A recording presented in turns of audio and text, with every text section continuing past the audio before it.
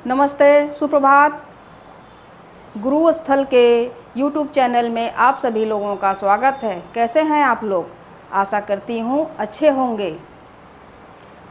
चलिए अब हम अपने क्लास पर आगे बढ़ते हैं। आज का हमारा विषय वस्तु है ईसा पूर्व, ईस्वी सन और संवत। इनके बारे में हम चर्चा करेंगे और इसको निकालते कैसे हैं, ईसा पूर्व, ईस्वी और संवत को निकालते कैसे हैं, यह भी देखेंगे। इतिहास में इन शब्दों को समझना बहुत ही ज़रूरी होता है। अगर आपने इन्हें नहीं समझा तो इतिहास को समझना थोड़ा मुश्किल हो जाता है। ईसा पूर्व और ईस्वी में ये जो गणनाएं चलती हैं, जो सन चलता है भाई, ईसा पूर्व में हमेशा उल्टा चलता है। किसी के मृत्यु पहले वाले में हो जाती है, किसी का जन्म बाद में होता है। बच्चे बहुत ही कंफ्यूजन की स्थिति में रहते हैं। आज मैं उस कंफ्यूजन को थोड़ी दूर कर रही हूँ। देखिए आप लोग मेरे साथ, और अच्छा लगेगा। मैं बिल्कुल व्यवहारिक तरीके से आप लोगों को क्लास लूँगी, बहुत अच्छा लगेगा। बिल्कुल पढ़िएगा।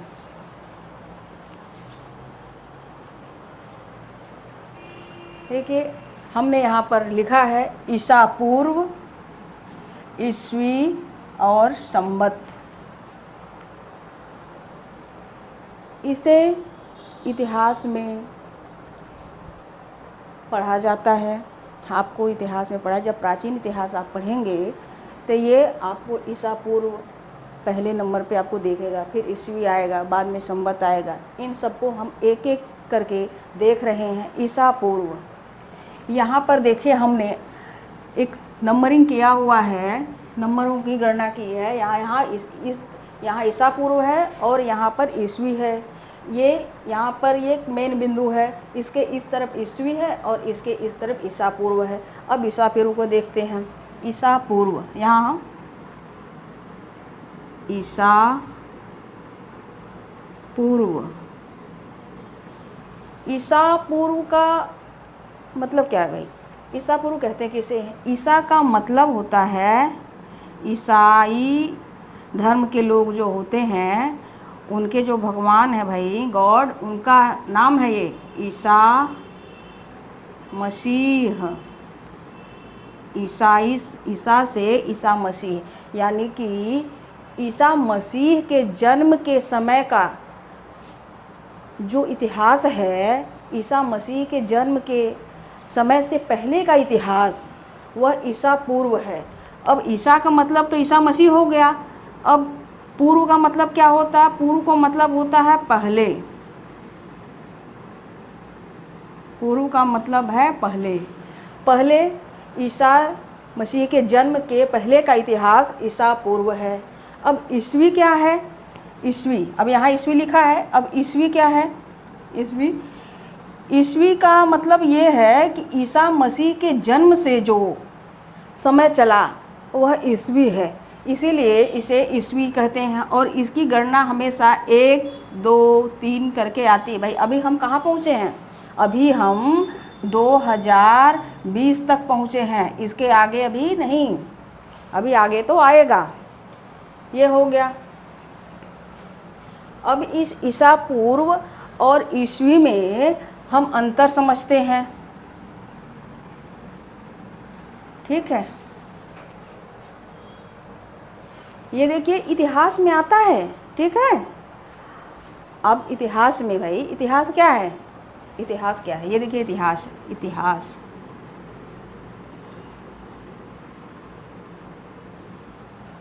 इतिहास की परिभाषा किसी कंपटीशन में नहीं पूछी जाती है। फिर भी साधारण अर्थों में आप यह समझ लीजिए कि जो बीत गया वह इतिहास है। जो बीत गया वह इतिहास है। बीती हुई प्रत्येक घटना इतिहास नहीं होती है।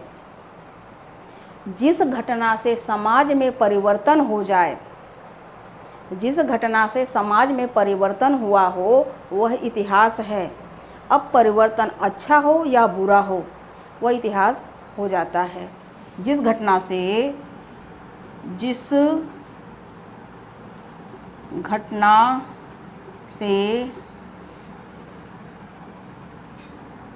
परिवर्तन हुआ हो, परिवर्तन हुआ हो वह क्या है? इतिहास है। बीती हुई प्रत्येक घटना इतिहास नहीं होती है। जिस घटना में परिवर्तन हो जाए वही घटना इतिहास है भाई।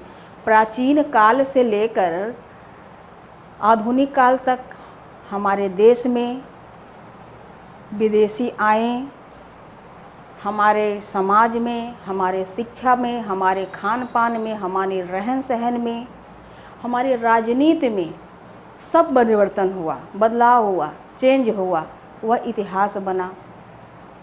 क्या हुआ? अब आप इसे ज़रा दूसरे समझा देंगे। बिल्कुल, हम अभी घबराइए नहीं, बिल्कुल हम तक देखिए जो परिवर्तन हुआ इतिहास में। अब एक तराइन का युद्ध हुआ, तराइन का युद्ध,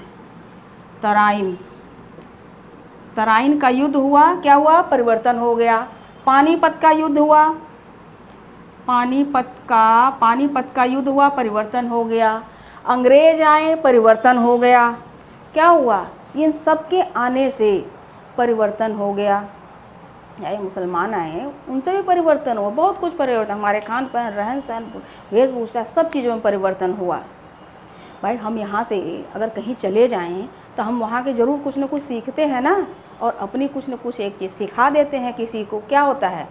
हम सिखाएं चाहे ना सिखाएं, लेकिन हम कहीं गए तो वहाँ की चीज़ हम सीखते हैं। क्या होता है? वो हमारे में परिवर्तन होता है। अब इसे दूसरे तरीके से समझते हैं। अब इस परिवर्तन को, अब परिवर्तन बिल्कुल सरल तरीके से, परिवर्तन क्या हुआ? जैसे मैं हूँ और आप लोग हैं, हमने हाई स्कूल पास किया, 10वीं भाई, 10वीं क्लास 10th 10वीं पास किया, 10वीं पास किया आपने। यह क्या है? यह 10वीं जब हमने पास किया, यह हमारे जीवन का एक घटना है, एक परिवर्तन, चेंज है भाई। आपको जानकारी है, आप लोग भी फॉर्म भरते हैं, मैंने भी फॉर्म डाला। क्या हुआ? हमारे जो ये 10वीं का अंक पत्र होता है, उसमें जो हमारा नाम लिखा हो, हमारी जो जन्म तिथि हो, वही सही मानी जाती है। ठीक इसी तरीके से हम जितनी भी उपलब्धियां आगे करते रहेंगे, वो सब हमारे जीवन का वो एक इतिहास होगा। ठीक है, अब अपने हम विषय वस्तु पर आते हैं।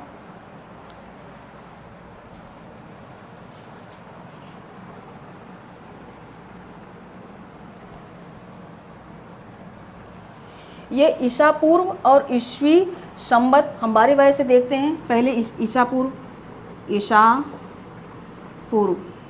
ईसा का मतलब ईसा मसीह के जन्म के पहले का समय। पूर्व का मतलब कि पहले, ये हमने आपको पहले भी बताया। ईस्वी का मतलब कि ईसाई जो धर्म है, ईसा मसीह जो हुए ना, उनके जन्म से ईस्वी चला। अब देखिए यहाँ पर हमने लाइन खींच करके ये सब बनाया है। यहाँ पर ये जो लाइन खींचा है, यहाँ पर ईसा मसीह का जन्म है भाई।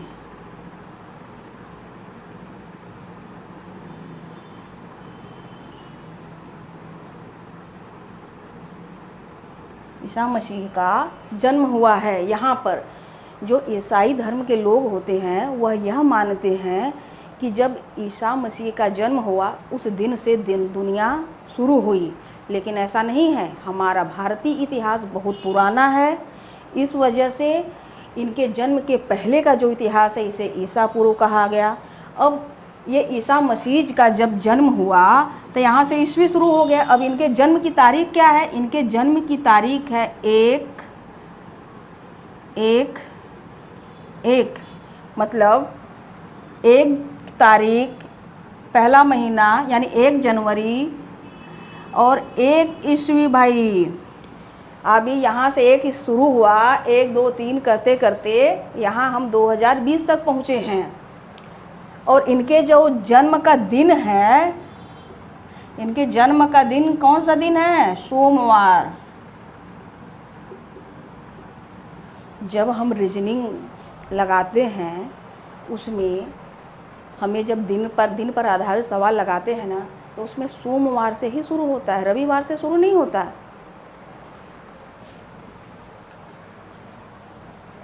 अब इस रेखा को हम फिर से खींच लेंगे ज़रा सा, रफ कर रहे हैं आप लोगों को समझाने के लिए, उसके बाद हम इसी पर आएंगे। ठीक, ये देखिए एक रेखा है या एक मानक रेखा है। ठीक, अब यहाँ पर हम एक बीच में बिंदु लगाएं। यहाँ पर ईसा मसीह का जन्म हो गया, ईसा मसीह का जन्म हो गया। इसके इधर यहाँ पर 1 हो गया, यहाँ 2 हुआ, 3 हुआ, 4 हुआ, 5 हुआ। इस तरीके से करते करते कहाँ पहुँचे? 2020 में पहुँच गए हम। लेकिन यहाँ जो इधर चला, यहाँ पर भी भाई कभी 1 रहा होगा, 2 रहा होगा, 3 रहा, 4। ये जो ईस्वी है, इधर का ईस्वी हुआ, ये ईस्वी हमेशा बढ़ते हुए क्रम में चलता है। ईस्वी बढ़ते हुए क्रम में चलता है, बढ़ते हुए क्रम में चलता है। कैसे? 1 2 3 4 5 6 इस तरीके से अभी 2020। अब ये ईसा पूर्व इधर का, ईसा पूर्व हमेशा घटते हुए क्रम में चलता है। कैसे? घटते हुए क्रम में। ये ईसा पूर्व हमेशा घटते हुए क्रम में चलता है। कैसे? जैसे देख लीजिए, जैसे ये 5 है, फिर 4 3 2 1 इस तरीके से फिर यहाँ पर हुआ। यहाँ पर ईसाइयों ने अपना माना है कि यहीं से दुनिया शुरू हुई, लेकिन हमारा भारतीय इतिहास इधर से, इसलिए ईसा मसीह के पहले का इतिहास। तो कभी यहाँ पर 1 रहा, फिर 2 हुआ, 3 हुआ, 4 हुआ, 5 6 इस तरीके से आते आते आप यहाँ चाहे जितने भी आप लेते जाएं जब से दुनिया शुरू हुई है, लेकिन यहाँ हम आगे नहीं जा सकते अभी 2020 के। अब ये बढ़ते हुए क्रम में आपका ईस्वी चलेगा और घटते हुए क्रम में ईसा पूर्व चलेगा। इस समय क्या चल रही है? इस समय सबसे अधिक क्या चल रही है भाई? भारत में ईस्वी ही चल रही है, सभी जगह ईस्वी चल रही है ना। 2020 है, सबको पता है। इस समय जो ईस्वी चल रही है, इनका अपना कैलेंडर है। हमारे घरों में कैलेंडर होता है ना, उस कैलेंडर है भाई ऐसे। ये देखिए 1 2 3 4 5 6 इस तरीके से कैलेंडर है। इस कैलेंडर का एक नाम है। इस कैलेंडर का नाम क्या है? ग्रेगोरियन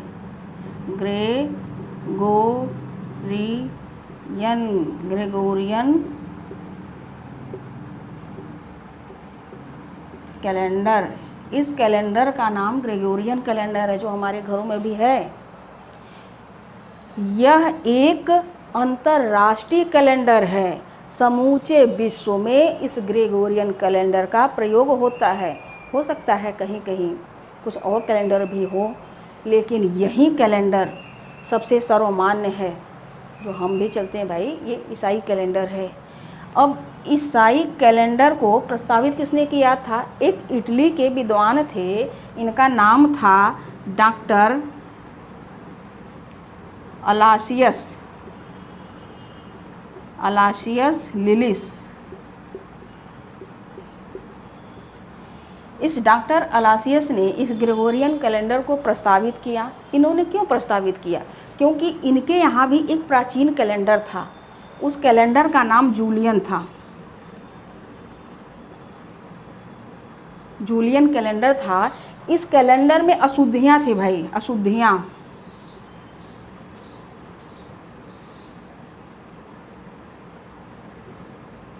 इस जूलियन कैलेंडर में अशुद्धियाँ थी। इस अशुद्धियाँ को दूर करने के लिए डॉक्टर अलासियस ने इस ग्रेगोरियन कैलेंडर को प्रस्तावित किया।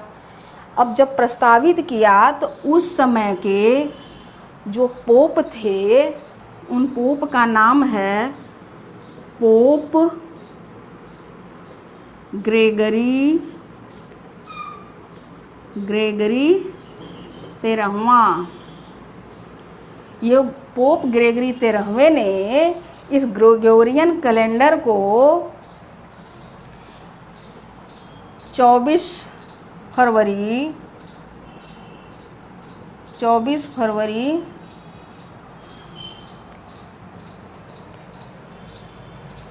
1582 को घोषणा कर दी इस ग्रेगोरियन कैलेंडर को। तब से यह सर्वमान्य हो गया। अब इस ग्रेगोरियन कैलेंडर में जो ग्रेगोरियन शब्द लगा है, इस पोप ग्रेगरी के शब्द से इस ग्रेगोरियन शब्द जुड़ गया है। इस वजह से इस कैलेंडर का नाम ग्रेगोरियन है।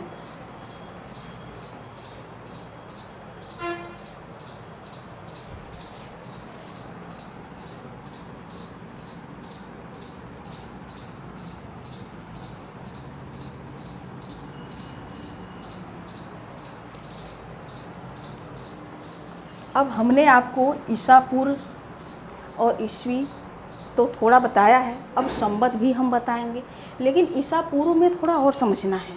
आप इसे समझिए। जैसे आपने देखा होगा कि महात्मा बुद्ध और जैन धर्म के जो महावीर थे, उनके जन्मदिन और उनके मृत्यु के जो तारीख होती है हमेशा उल्टा होता है। बच्चे बड़े कंफ्यूज होते हैं। ज़रा देखिए,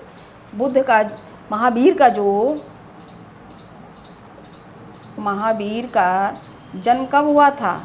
जन्म 540 ईसा पूर्व में हुआ था, ईसा पूर्व में, ठीक। और इनकी मृत्यु कब हुई थी?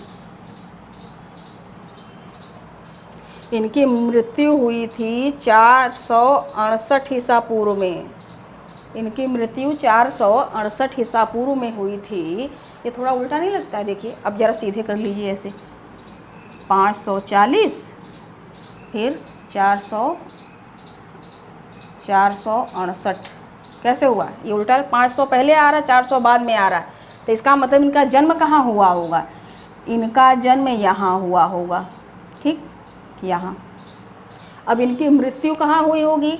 इनकी मृत्यु जो हुई होगी यहाँ हुई, इस जगह, ठीक। ये क्या हुआ? उल्टा है भाई, देखिए ये, ठीक। अब ज़रा बुद्ध के जन्म के बारे में भी हम देख लेते हैं। महावीर का जन्म कहाँ हुआ था, पता है? बताइए। महावीर का जन्म वैशाली में हुआ था। वैशाली के कुंडल ग्राम में हुआ था इनका जन्म। इनकी मृत्यु कहाँ हुई थी? इनकी मृत्यु हुई थी पावा में, मल्लगढ़ राज्य में।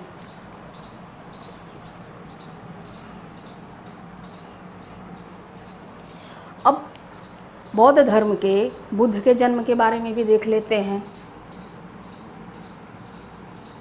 बुद्ध का जन्म कब हुआ था? बुद्ध का जन्म हुआ था 563 ईसा पूर्व में।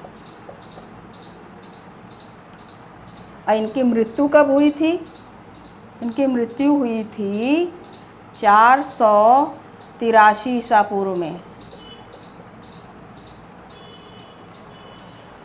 अब देखिए, अब ये 563 है, यहाँ पर 500 आ गया, 63, लेकिन इनकी मृत्यु कहाँ हो रही है? यहाँ हो रही है। कैसे? क्योंकि यहाँ से उल्टा चल रहा है। कभी भाई यहाँ पर 1 रहा होगा, 2 हुआ, 3 हुआ, फिर 10, 100, 200, इस तरह हमने यहाँ पर देखिए बनाया है। इस तरह से ये उल्टा चल रहा है। अब इसे सीधे सीधे देख लीजिए ना, देखिए ऐसे 563, 483, कैसे उल्टा दिख रहा है? यही है ईसा पूर्व का खेल, इसे समझना होता है, ठीक। इनका जन्म कहाँ हुआ था भाई? बुद्ध का जन्म कपिलवस्तु में हुआ था।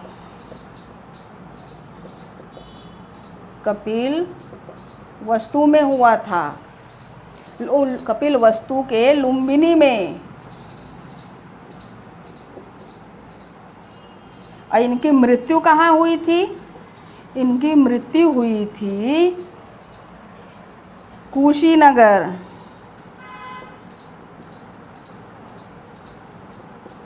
कुशीनगर, ये भी मल्लगढ़ राज्य में ही आता है, ठीक।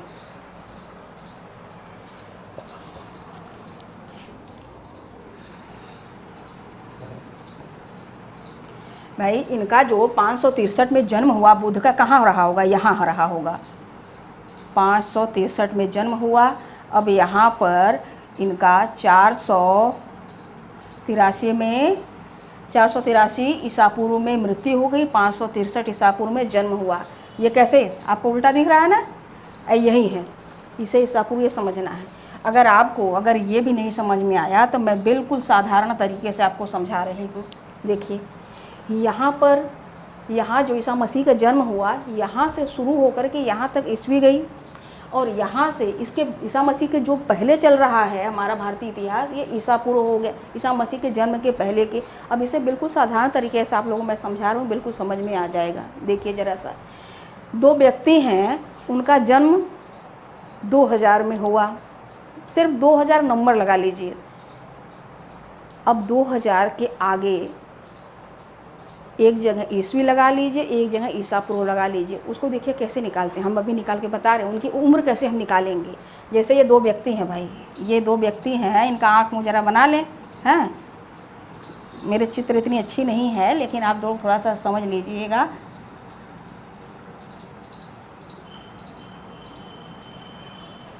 इनका देखिए, इनका जो जन्म हुआ, इनका जन्म हुआ ईस्वी में, ठीक, 2000 में, ठीक। इनका जन्म 2000 में हो गया। अब यहाँ ये ईस्वी में हुआ, लेकिन ये जो है इनका जन्म कब हुआ? इनका जन्म ईसा पूर्व में हुआ। ईसा पूर्व में कब? 2000 में। अब इनका भी जन्म 2000 में हो रहा है, इनका भी जन्म 2000 में, लेकिन यहाँ पर ईस्वी लिखा है और यहाँ पर ईसा पूर्व लिखा है, ठीक। तो अब इन दोनों के उम्र को हम कैसे देखेंगे? अब ज़रा हम देखते हैं। देखिए यहाँ पर हमने बनाया है आपको, यहाँ से यहाँ तक 2020 चले हैं हम। अब यहाँ 2020 से यहाँ 2000 तक हम आएंगे तो कितना होगा? आप ज़रा इसको देखते हैं। ये हो गया 2020। तो आप क्या करेंगे भाई?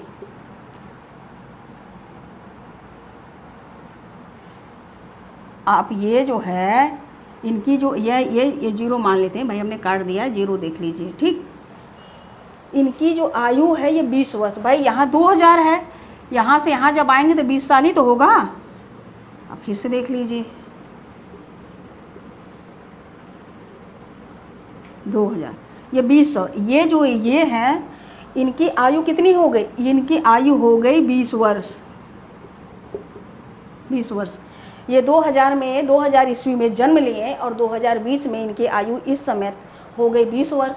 अब ये जिसका जन्म 2000 ईसा पूर्व में हुआ है, अब इनकी आयु कैसे निकालेंगे? ये 2020 है, चले यहाँ से हम आएंगे, यहाँ से आते आते जब हम यहाँ आएंगे तो यहाँ से वैसे ही 2020 हो रहा है। अब हम और 2000 तक आगे आएंगे, यहाँ है 2000, देखिए यहाँ पर, यानी कि यहाँ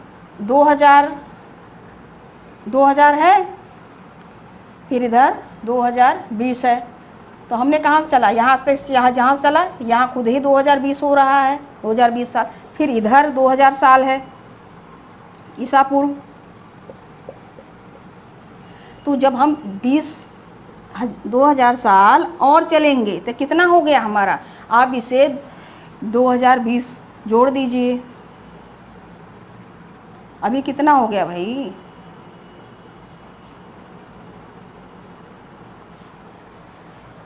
इनकी आयु जो ईसा पूर्व में जिनका जन्म हुआ, इनकी आयु है 4020 वर्ष। यहाँ से यहाँ तक हम जोड़ रहे हैं। जिसने ईसा पूर्व में जन्म लिया उसकी आयु हुई 4020 वर्ष। जिसने ईस्वी में जन्म लिया 2000 में, उसकी आयु हुई 20 वर्ष, ठीक।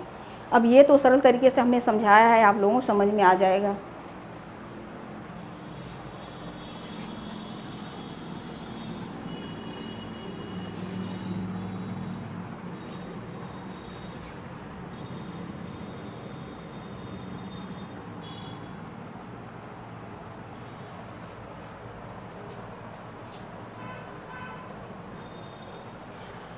अब हमने ईसा पूर्व समझा दिया, ईस्वी भी समझा दिया। अब हम संवत पर आ रहे हैं। संवत, भाई ये जो हमारे यहाँ संवत समझना क्यों जरूरी है? संवत समझना क्यों? संवत इसलिए समझा जाता है क्योंकि संवत के साथ साथ हमें इतिहास की घटनाएं भी पता चलती, इसलिए हम संवत पढ़ते हैं। अगर संवत आप नहीं जानेंगे तो थोड़ा मुश्किल होता है, क्योंकि हमारे जो त्यौहार होते हैं ना वो संवतों के आधार पे ही बनते हैं। ये कैलेंडर के आधार पे नहीं बनता है भाई। कैलेंडर जो ईसाई कैलेंडर है ग्रेगोरियन, उससे नहीं बनता। क्यों? क्योंकि वो तो ईसाई का है। हमारे हिंदी महीने चलते हैं, उन्हीं से हमारे त्यौहार होते हैं। अब हम संवत पर आएंगे, ठीक है।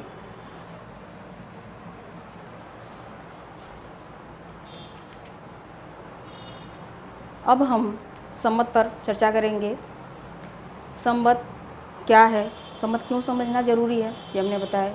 संवत के साथ साथ इतिहास में जो है घटनाएं हैं वो हमें उसकी जानकारी देता है संवत। अब ये संवत है भाई, ये वाला संवत। अब संवत देख लीजिए, यहाँ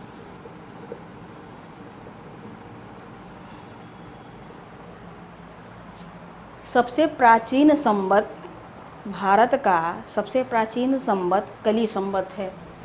इसे 1 नंबर डाल लीजिए। सबसे प्राचीन संवत कौन सा है? प्राचीन संवत कली संवत है। 3102 ईसा 3102 ईसा पूर्व में इसकी शुरुआत मानी जाती है। किसका? इस प्राचीन कली संवत का। यह प्राचीन कली संवत धार्मिक एवं राजनीतिक कार्यों में प्रयुक्त होता था। किसमें होता था? धार्मिक।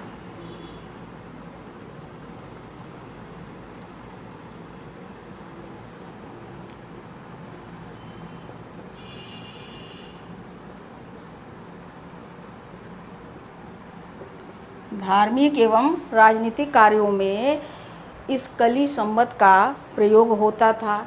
इस कली संवत के बारे में ऐसा माना जाता है, जब महाभारत युद्ध हुआ और राजा परीक्षित का जन्म से इस कली संवत की शुरुआत मानी जाती है और इसको धार्मिक एवं राजनीतिक कार्यों में काम लिया जाता था, प्रयोग होता था भाई। एक दूसरा संवत इसी के 25 वर्षों बाद, इस कली संवत के 25 वर्ष बाद, कितने वर्ष बाद? 25 वर्ष बाद। 25 वर्ष बाद एक और संवत चला था। उस संवत का नाम है सप्तऋषि संवत। सप्तऋषि संवत या सप्तर्षि संवत।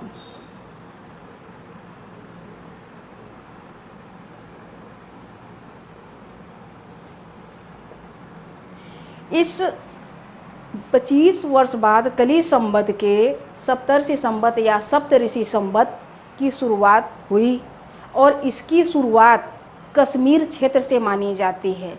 इसमें थोड़ी बहुत संदेहात्मक बातें होती हैं, पर ऐसा नहीं है। यह 25 साल बाद ही शुरू हुआ और कश्मीर क्षेत्र से शुरू हुआ। और यह कब शुरू हुआ था? यह शुरू हुआ था 3076 ईसा पूर्व में। इस सप्तऋषि संवत 3076 ईसा पूर्व में कश्मीर क्षेत्र से शुरू हुआ। इसको आप 2 नंबर पे रख लीजिए।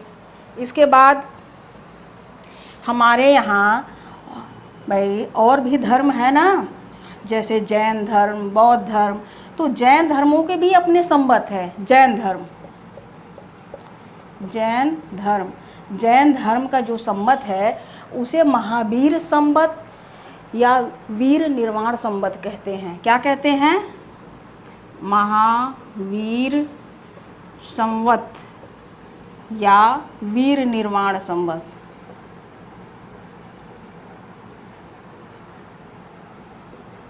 निर्वाण संवत कहते हैं। ये शुरू कब हुआ? ये शुरू हुआ था 527 ईसा पूर्व में। ईसा पूर्व में शुरू हुआ। इसे आप 3 नंबर पे रख लीजिएगा। या महावीर संवत या वीर निवार संवत 527 ईसा पूर्व में शुरू हुआ। इनके जो भी कार्यक्रम होते हैं, त्यौहार जो भी होते हैं, ये इन्हीं के आधार पर होते हैं। ठीक, अब जैन धर्म हो गया, अब बौद्ध धर्म की बात देख लेते हैं। बौद्ध धर्म, अब बौद्ध धर्म की भी संवत है, इसको क्या कहते हैं? बुद्ध संवत कहते हैं, बुद्ध संवत। अब ये कब शुरू हुआ? बुद्ध संवत 544 ईसा पूर्व में शुरू हुआ भाई। बुद्ध संवत की शुरुआत 544 ईसा पूर्व में हुआ। इनमें भी अपने 2 भाग होते हैं, एक श्वेतांबर होता है,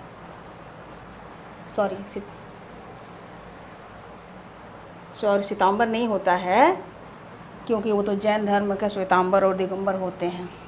ये जो थेरावाद के लोग थे, यही लोग 544 में माने, लेकिन इनके बाद, थेरावाद के बाद इन्हीं लोगों ने अपने इसको माना 544। इनके बाद और भी हैं भाई, उनके भी अपने संवत हैं। संवत बहुत सारे हैं, हमारे देश में बहुत सारे धर्म चलते हैं, है ना, सबको पता है। इनके सबके अपने अपने संवत चलते हैं।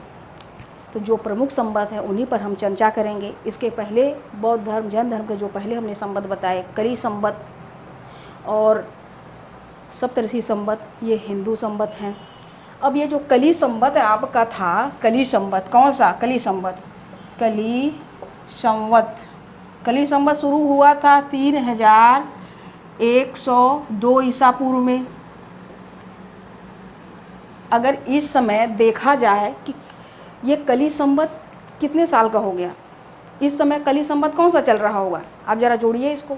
ठीक, इस समय 2020 चल रहा है, 2020, इसको जोड़ देना है। ठीक, यहाँ पर जो भी हम निकालेंगे जोड़ेंगे, और यहाँ जब हम जाते हैं ना तो उसको घटा देते हैं। ठीक, तो आप यहाँ पर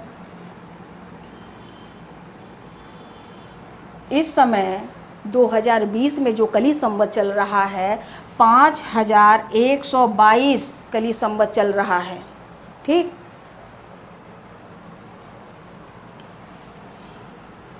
यह कभी कभी परीक्षाओं में ज़रूर पूछा जाता है। इसे प्राचीन संवत कहते हैं, तो आप लोग याद रख लीजिएगा और लिख लीजिए। इसके बाद यहाँ देखिए ईस्वी चला, एक सीधा चल रहा है बिल्कुल, 1 2 3 4 5, यहाँ हमने लिखा है ना, यहाँ 1 हो रहा होगा। अब 10, 100, 200, 300, 600, 800 इसे में बनाए। इसी तरीके से यहाँ भी 1 रहा, 1 के बाद 10, 100, 200, 400, इस तरीके से हम आगे गए। ये उल्टा चल रहा है और ये सीधा चल रहा है। अब इसके बाद ये ईसा पूर्व में जब यहाँ पर 1 चला, 2 चला, फिर आया 57, तो इसी 57 ईसा पूर्व में भाई, 57 ईसा पूर्व में एक संवत चला। कौन सा संवत था? उसका नाम था विक्रम संवत। विक्रम संवत। भाई थोड़ी मेरी राइटिंग गड़बड़ हो जाती कभी। 57 ईसा पूर्व में विक्रम संवत चला। इस विक्रम संवत को किसने चलाया? एक था उज्जैन का राजा। उज्जैन के राजा ने इस विक्रम संवत को चलाया। उज्जैन के जो राजा थे उनका नाम था विक्रमादित्य। उस विक्रमादित्य ने शकों को पराजित कर दिया, और जब उन्होंने शकों को पराजित कर दिया तो अपने नाम में विक्रमादित्य भी रखा। और उसके बाद इस विक्रम संवत की शुरुआत की। कब शुरुआत की? 57 ईसा पूर्व में। ये ईसा पूर्व है। किसने शुरुआत किया भाई? उज्जैन के।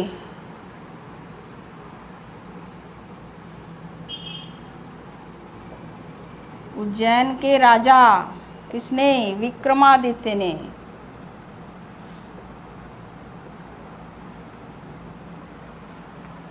57 ईसा पूर्व में उज्जैन के राजा विक्रमादित्य ने विक्रम संवत की शुरुआत की। इस विक्रम संवत को और नामों से भी जानते हैं। इस विक्रम संवत को हिंदू संवत कहा जाता है, हिंदू संवत। इस विक्रम संवत को मालव संवत कहा जाता है, मालव संवत। इस विक्रम संवत को सतयुग संवत भी कहा जाता है, सतयुग संवत भी कहा। ये इतने नाम इस विक्रम संवत के हैं। लेकिन आप लोग ये विक्रम संवत 57 ईसा पूर्व याद रखिएगा। इस समय विक्रम संवत कौन सा चल रहा है? इस समय विक्रम संवत कौन सा चल रहा है? इस समय जो विक्रम संवत हम देखते हैं, इसे कैसे निकालते हैं? इस समय क्या है भाई? 2020 है। अब इसमें आप 57 को जोड़ दीजिए, कितना हो गया? 7। इस समय जो विक्रम संवत है 2077 विक्रम संवत है। इस समय जो विक्रम संवत 2020 में चल रही है ना, ये 2077 है। आप ज़रा अपने कैलेंडर में देख लीजिएगा कि 2077 विक्रम संवत है कि नहीं। बिल्कुल होगा, ठीक। यह विक्रम संवत ईस्वी से बड़ी है। कितनी बड़ी है भाई? यहाँ 0 है ना, यहाँ से 1 2 शुरू हो रहा है, 57 आया, तो ये 57 साल बड़ी है। किससे? ईस्वी से। अब यहाँ ईस्वी शुरू हो गया, 1 2 3 4 इस तरीके से गया। फिर जब ऐसे 78 आया यहाँ पर 78 ईस्वी, यानी कि 78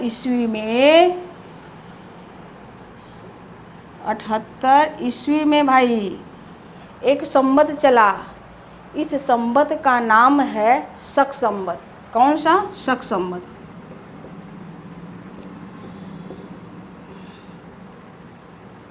अठहत्तर ईस्वी में शक संवत को किसने चलाया? कुषाण वंश के राजा कनिष्क ने। किसने? कनिष्क। कुषाण वंश के राजा कनिष्क ने अपने राज्यारोहण के समय, अपने राज्याभिषेक के समय इस शक संवत की शुरुआत की। इस शक संवत को राष्ट्रीय संवत माना गया है। भाई हमारे देश का राष्ट्रीय संवत कौन सा है? ये शक संवत है। इस समय ये कब हुआ था? ये हुआ था 22 मार्च 1957 को भारत सरकार ने आधिकारिक रूप से इस शक संवत को राष्ट्रीय संवत माना।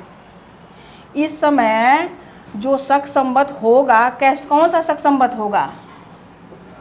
2020 में। अब ज़रा इसको भी जोड़ लीजिए, ठीक। हाँ, इसको हम घटाएंगे। देखिए इधर जो हमने किया था वो जोड़ा था। अब ये समय 2020 है, तो अब 2020 है, तो आप इसको घटाइए, कितना आएगा? चलिए घटाइए। इस समय आएगा, इस समय जो 2020 में शक संवत आएगा 1942 शक संवत आएगा। शक संवत भी कैलेंडर में होगा, चेक कर लीजिएगा, ठीक है। अब इसके बाद और भी संवत हैं भाई, बहुत सारे हमारे यहाँ संवत हैं। अच्छा, एक प्रश्न है ये बहुत ही महत्वपूर्ण। ये विक्रम संवत, विक्रम और ये शक संवत भाई, इन दोनों में एक सवाल बनता है। लगभग सभी परीक्षाओं में पूछी जाती, चाहे वो छोटी हो या बड़ी हो, ठीक है। एक सवाल पूछा जाता है परीक्षा में कि इस विक्रम संवत और शक संवत में कितने वर्षों का अंतर है? इसमें 135 वर्ष का अंतर होता है। 135 वर्ष आप जोड़िए, इन दोनों में 135 वर्ष का अंतर होता है। और ये शक संवत से विक्रम संवत बड़ी है। अब शक से कौन बड़ा हुआ? शक से हमारा ईस्वी बड़ा हुआ। यहाँ ईस्वी शुरू हुआ है ना, ईस्वी सन से ये शक संवत छोटा है, ठीक। अब इसे ज़रा मिटाते हैं, सफाई करते हैं, तो फिर हम आगे भी आएंगे। ठीक, इसके बाद ये जो है, इन हमने जो आपको अभी 3 प्रमुख बताए ना, इन तीनों को बिल्कुल याद रखिएगा, लिख लीजिए। ठीक है। अब इसके बाद यहाँ पर 78 ईस्वी में शक संवत चला। अब यहाँ पर 248 ईसा पूर्व में एक और संवत चला था भाई, सॉरी ईसा पूर्व नहीं, ईस्वी आया, ईस्वी में एक और संवत चला था। इस संवत का नाम है कलचुरी संवत। कलचुरी संवत ये कब चला था? 248 ईस्वी में।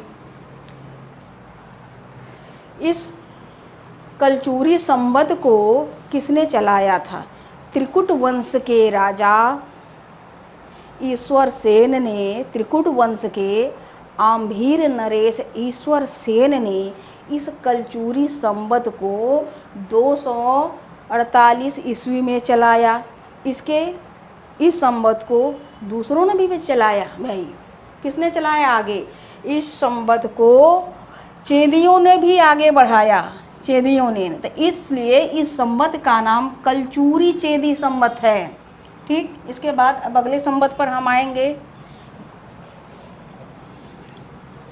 अब यहाँ पर 319, आप यहाँ पर 319, ठीक नहीं, यहाँ लिख लेते हैं 319 ईस्वी।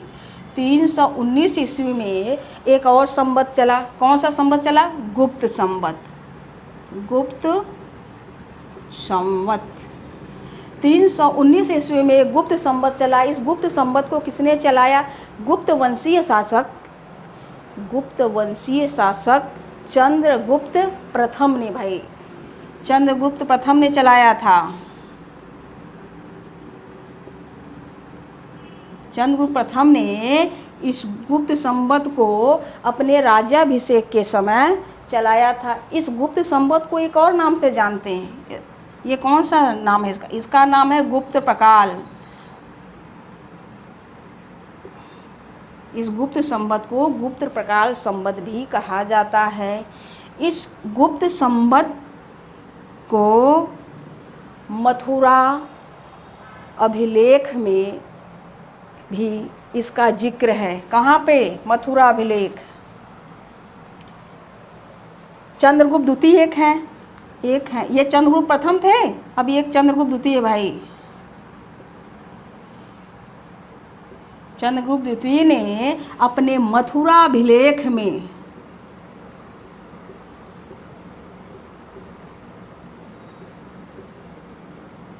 अभिलेख में इस गुप्त संवत की चर्चा की है। पहली बार उसका उदाहरण यही मिलता है। और एक और ख़ास बात, एक अलबरूनी हैं, अलबरूनी ने अपने एक पुस्तक किताबुल हिंद में इस गुप्त संवत की चर्चा की है। उन्होंने यह लिखा है कि भारत में एक संवत के बाद एक संवत के दूसरे संवत के बीच में 241 सालों का अंतर है। कितने सालों का? 241 साल का। कितने किया था? अलबरूनी ने भाई। अलबरूनी ने किताबुल हिंद में कहा था भाई।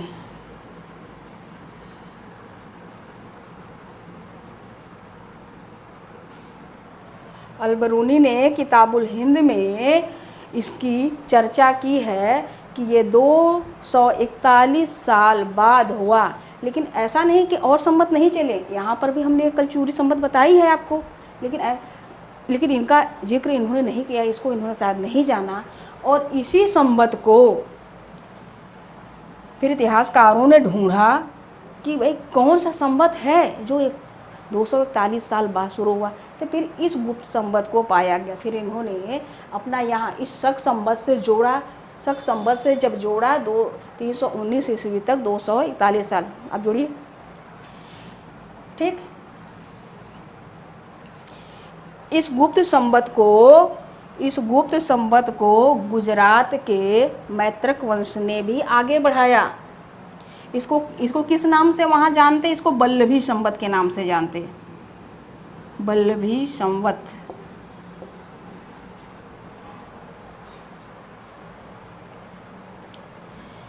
भाई जो ये कहाँ के थे? ये गुजरात के थे। गुजरात के कौन? मैत्रक वंश। मैत्रक वंश के शासकों ने इस गुप्त संवत को भी आगे बढ़ाया, वल्लभी नाम से बढ़ाया। ठीक,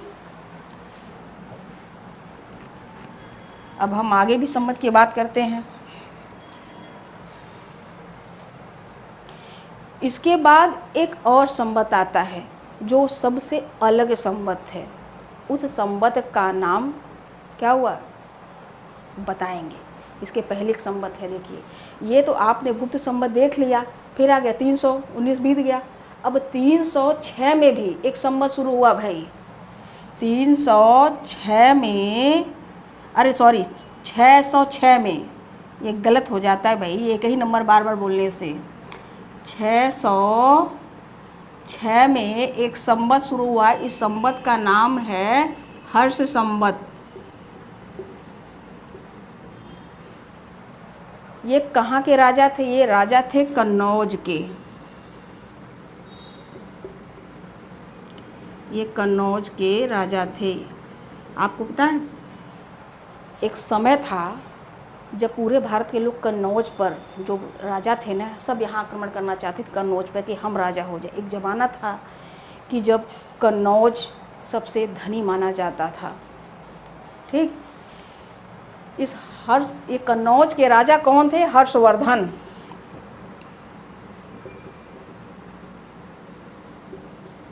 कन्नौज के शासक हर्षवर्धन ने अपने राज्याभिषेक के समय 606 ईस्वी में हर्ष संवत चलाया। ठीक, उसके बाद जो है एक सबसे अलग संवत की जो हमने चर्चा की थी, इसके बाद आएगा भाई। कब आएगा? इसके बाद आएगा 622 ईसा पूर्व, 16 जुलाई 16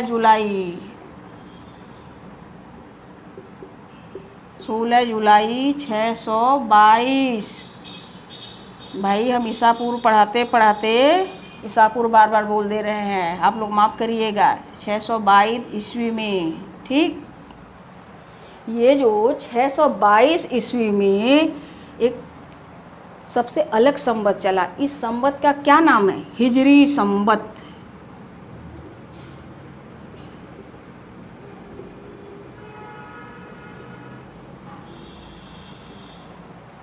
हिजरी संवत किसने चलाया?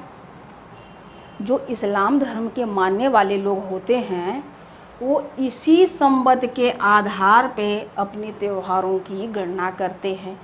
इस्लाम धर्म के जो संस्थापक थे मोहम्मद साहब, वो मोहम्मद साहब जब मक्का छोड़ के मदीना चले गए थे। कहाँ? मक्का छोड़ के मदीना गए थे भाई। मदीना गए थे, उस समय को इनको हिजरत कहा जाता है। और उसी समय जब इन्होंने अपने धर्म का प्रचार वहाँ पर किया तो उस समय हिजरत संवत की शुरुआत की। अब हिजरत संवत सबसे अलग क्यों है? क्योंकि इनका आपने त्यौहार देखा है, एक मौसम में आता है, रमज़ान का महीना होता है, कभी गर्मी में आता है, कभी बरसात में आएगा, कभी ठंडी में आएगा, है ना। ईद, रमज़ान के महीने के बाद ईद मनाते हैं ना, वो अलग अलग मौसम में आता है। क्यों आता है? वो इसलिए आता है कि इनका वर्ष जो है ना छोटा होता है। वो कितने दिन का होता है? इनका जो वर्ष होता है, इनका वर्ष 354 दिन का होता है, 354 दिन का।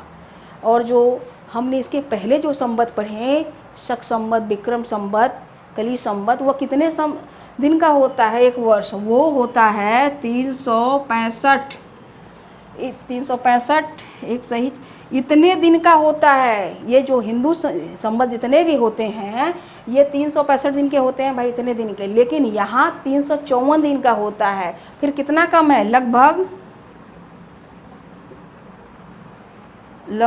11 दिन। यह 11 दिन कम है। 11 दिन, इनका जो हिजरी संवत का जो वर्ष होता है 11 दिन इससे कम होता है। इस 11 दिन कम के आधार पर इनके त्योहारों में हमेशा घटता रहता है, एक मौसम में नहीं आता है। इसी वजह से भाई आप एक साल में 11 दिन हो गया, एक साल में, तो 2 साल में 22 दिन। आप इसी तरीके से जोड़िए, कितने दिन आता है आप ज़रा एक बार जोड़ के देखिए। हम यहाँ पर जोड़ते हैं, ठीक है, इनके संवत को ज़रा जोड़ते हैं, फिर आपको समझाएंगे, ठीक। अब ये है, अभी 2020 है, अब इसको 622 आप जोड़िए, कितना हो गया।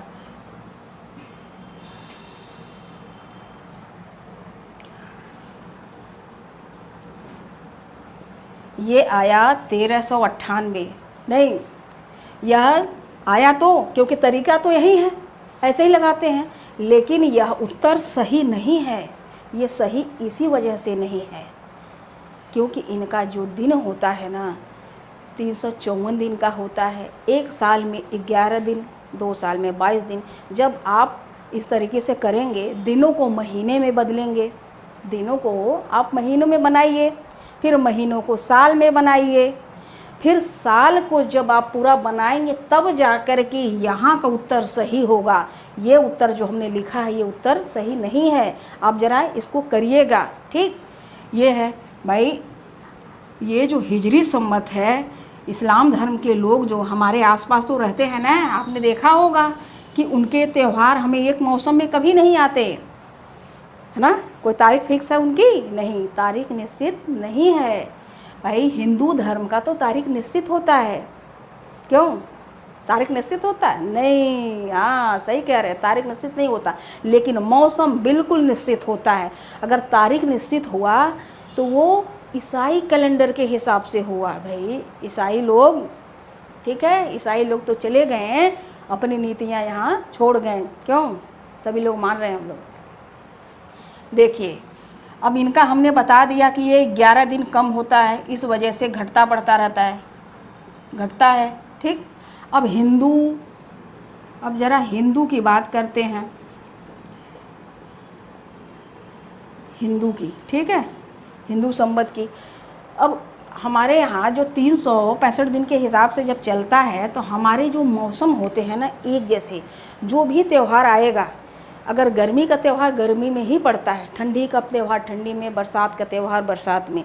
हाँ, अंग्रेजी महीने के जो कैलेंडर है ग्रेगोरियन, उस कैलेंडर के हिसाब से दिनों तारीख में थोड़ा बहुत अंतर हो सकता है, लेकिन हमारे मौसम में अंतर नहीं होता। जैसे दिवाली भाई, दीपावली होती है ना, दीपावली कब होती है? दीपावली होती है कार्तिक महीने के अमावस्या तिथि को होती है।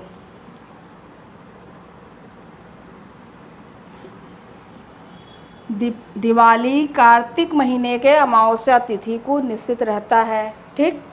अब होली, ये होली कब होती है? होली फाल्गुन महीने के पूर्णिमा को होती है।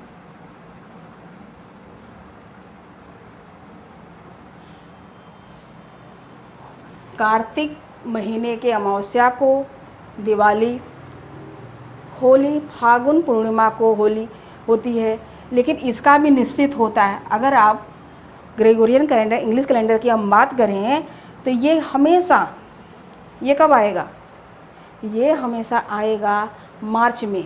कभी कभी ऐसा होता है कि फरवरी के आखिरी हफ्ते में 27-28 फरवरी को पड़ जाए, नहीं तो ये मार्च में ही पड़ता है। और ये निश्चित है, एक ही मौसम फाल्गुन के पूर्णिमा को पड़ता है।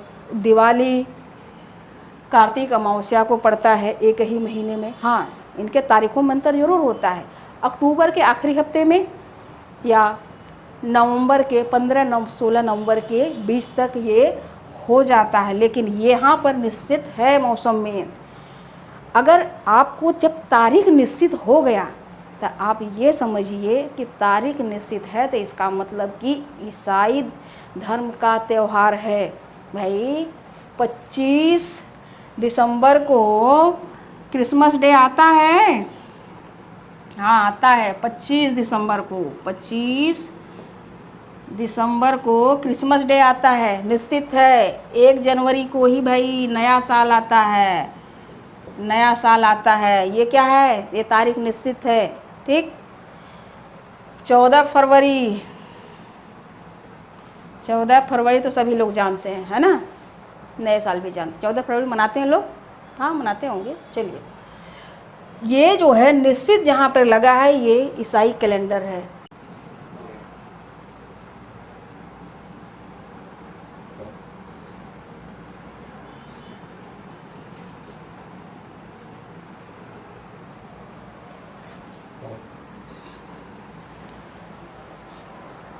जो ईसाई धर्म के कैलेंडर के हिसाब से जो हमने बताया आपको कि जहाँ तारीख निश्चित हो, वह ईसाई धर्म का त्यौहार है।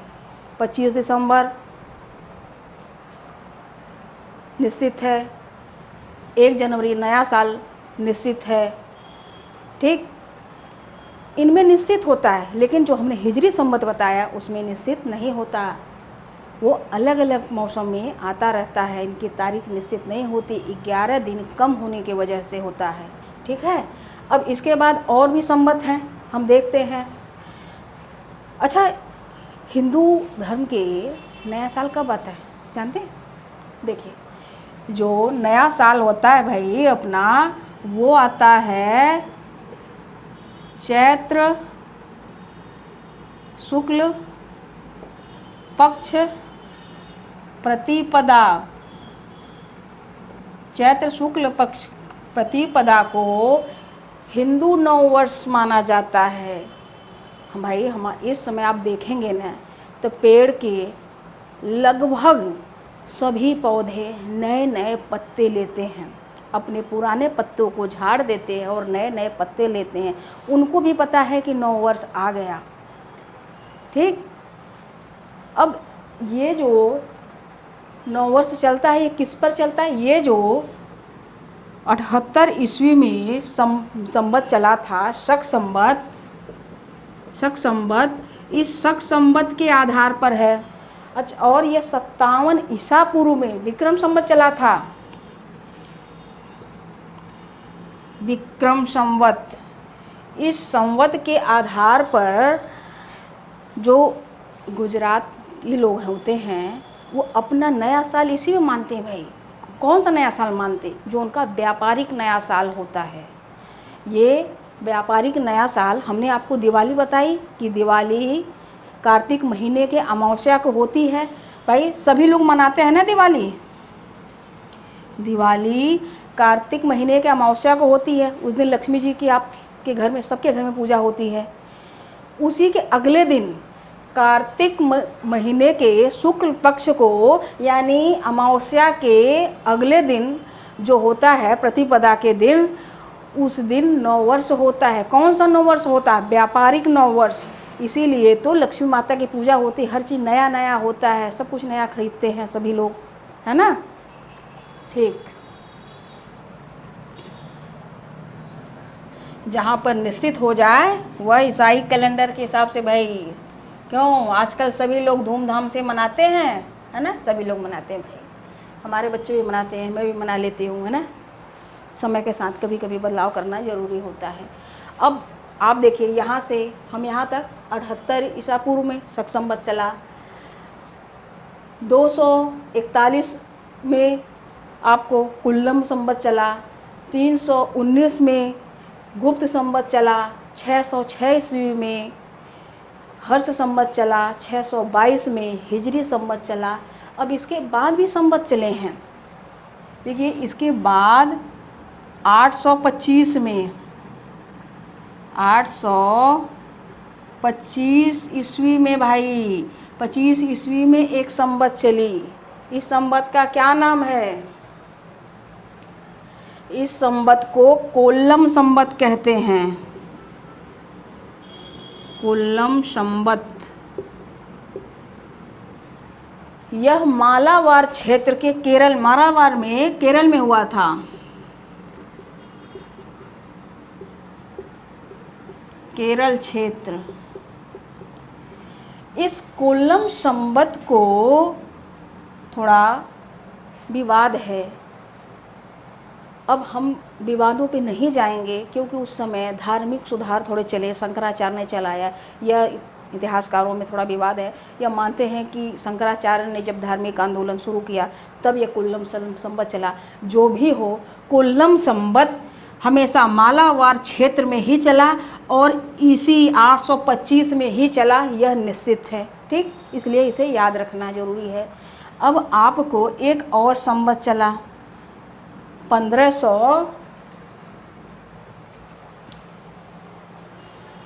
1583 में भाई, 1583 ईस्वी में एक संवत चला। इस संवत का नाम है इलाही संवत। इलाही संवत। इस संवत को किसने चलाया? मुगल सम्राट अकबर ने।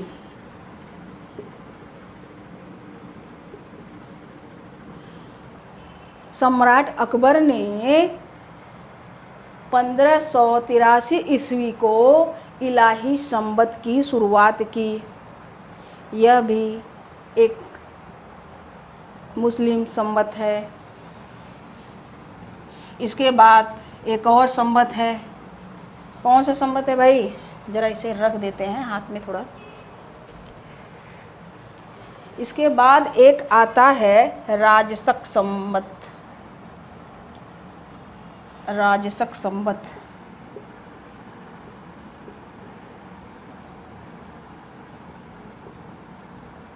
ये कब चला था? ये राजशक संवत 1673-74 में चला। किसी किताब में 73 होता है, किसी किताब में 74 होता है। हमने दोनों बता दिया कि राजशक संवत 1673-74 में चला। मराठा शासक शिवाजी ने, छत्रपति शिवाजी ने अपने राज्याभिषेक के समय राजशक संवत को शुरुआत किया। इस राजशक संवत को राज्याभिषेक संवत भी कहते हैं। ठीक, अब हमने जितने भी प्रमुख संवत होते हैं उन संवतों के बारे में हमने चर्चा किया। आपको 4 प्रमुख संवत जरूर याद रखने होंगे। पहला, ये सभी संवतों को याद करना, ऐसा नहीं है कि आपको याद नहीं करना, इस सब की जानकारी होनी चाहिए। फिर भी आप लोग एक कली संवत को, फिर दूसरा विक्रम संवत, फिर तीसरा शक संवत,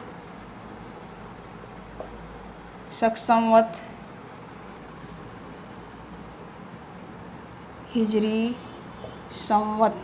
इन संवतों पर ज़रूर नज़र रखिएगा क्योंकि ये अक्सर करके पूछे जाते हैं।